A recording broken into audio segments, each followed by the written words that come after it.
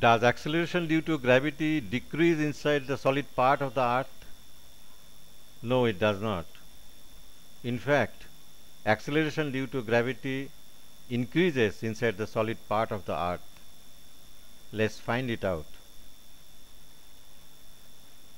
To avoid complexity in our derivations, we assume that the solar planets revolve in circular orbits around the Sun. By Kepler's third law of planetary motion, we know d cube is kt square. This is our equation 1. And we also know T is 2 pi d by v.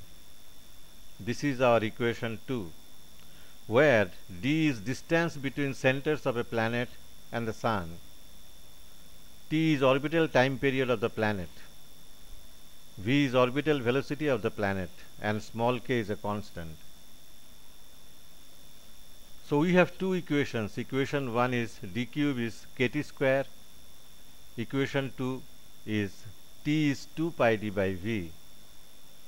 Substituting value of T from equation 2 in equation 1, we get d cube is k into 2 pi d by v whole square, or v square d is 4 pi square small k, which is equal to capital K, where capital K is a constant for solar planets, because 4 pi square and small k are both constants. So v square d is k is our equation 3.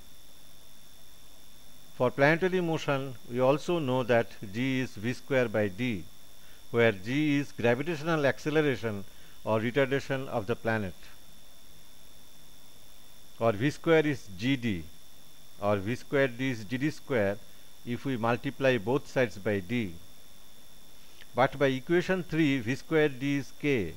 Therefore, gd square is also equal to k. This is our equation 4.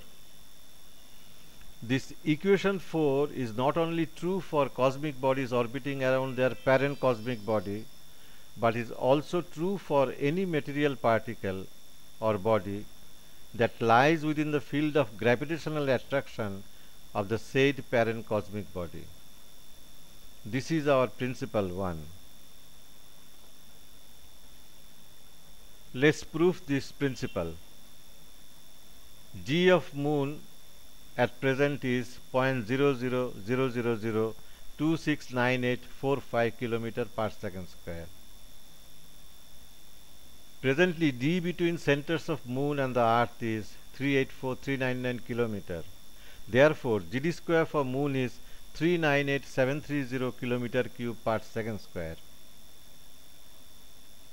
G of a body at rest on the surface of the earth is 0.00981 km per second square at present. And d between centers of body and earth is in fact the radius of the earth, which is equal to 6375.4 km at present. Therefore, gd square for the body at rest is 398,730 km cube per second square. In other words, gd square for the body at rest is equal to gd square for moon. This proves our principle 1. As per present understanding of acceleration due to gravity, we know any object at infinity, its g is 0. When the object approaches Earth's surface, its g increases. When the object is on the Earth's surface, its g is maximum, which is equal to around 981 centimeter per second square. When the object approaches the Earth's center, its g decreases. When the object is at the center of the Earth, its g is 0. This is the present understanding of acceleration due to gravity. But by equation 4, g is proportional to 1 by d square, where d is distance between center of object and that of Earth. So if d decreases, g increases. This is as per the equation 4. In that case, when the object is at infinity, its g is 0. When the object approaches the earth, its g increases. When the object is on the surface of the earth, its g further increases. When the object moves inside the solid part of the earth, its g further increases. When the object is at the center of the earth, its g is maximum. Now this equation g proportional to 1 by d square has been deduced from three relationships. Number 1, d cube is kt square. Number 2, t is 2 pi d by v. Number 3, g is v square by d. All these three relationships are true because they are proven relationships. They have been experimentally proved. So if these three relationships are true, g proportional to 1 by d square, which has been deduced from these three relationships, is also true. So g of an object at infinite distance from the earth is 0. G increases as the object approaches earth's center, and g is maximum at the earth's center. So at the beginning we said that acceleration due to gravity inside the solid part of the earth increases, and from whatever we have said and deduced, we find that this statement is true.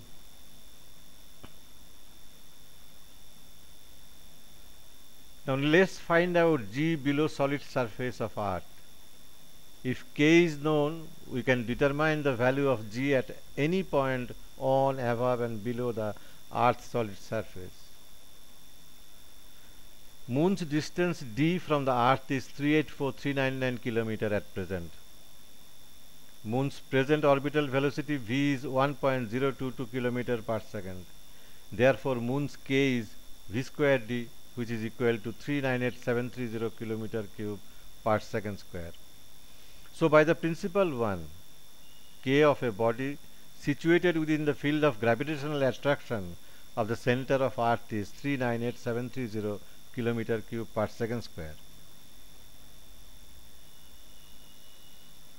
Now this is a diagram where x is a point on the surface of the earth and y is a point which is 1 km below the surface of the earth, and O is the center of the earth. So OX is R1, which is the radius of the solid part of the earth, and this is equal to 6375.4 km at present. As per our previous deductions, k is 398,730 km cube per second square. So by the equation 4, g at x is k by r1 square, which is equal to 980.988772 centimeter per second square. Now xy is 1 kilometer. Therefore OY is OX minus OY. Now OX is 6375.4 and XY is 1 kilometer. So OY is R2 is equal to 6375.4 minus 1 kilometer, which is equal to 6374.4 kilometer.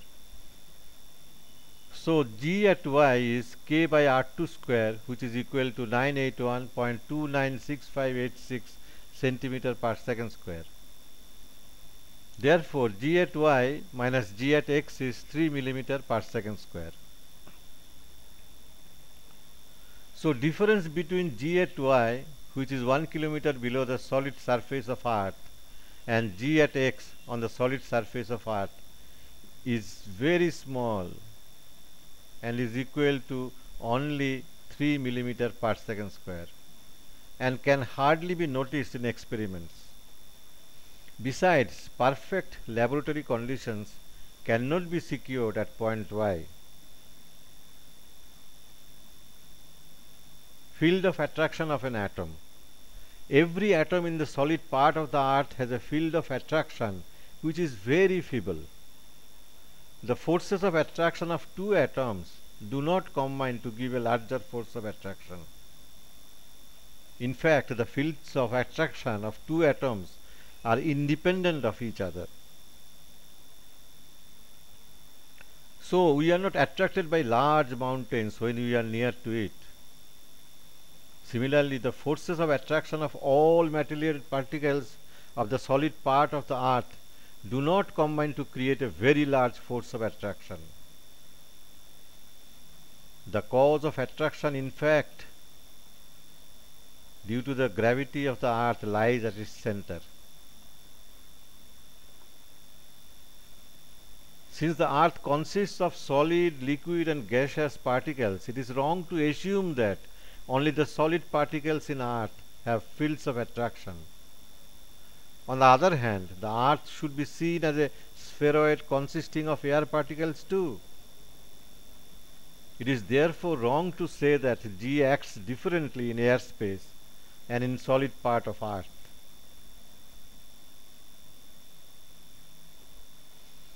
On the other hand, the constant increase of G from infinity to the center of the earth indicates that a unique formation at the center of the earth exists, and that the formation creates a unique gravitational attraction towards all particles in and around the earth. Please see videos on laws of creation of cosmos part 1 to part 4 for further understanding.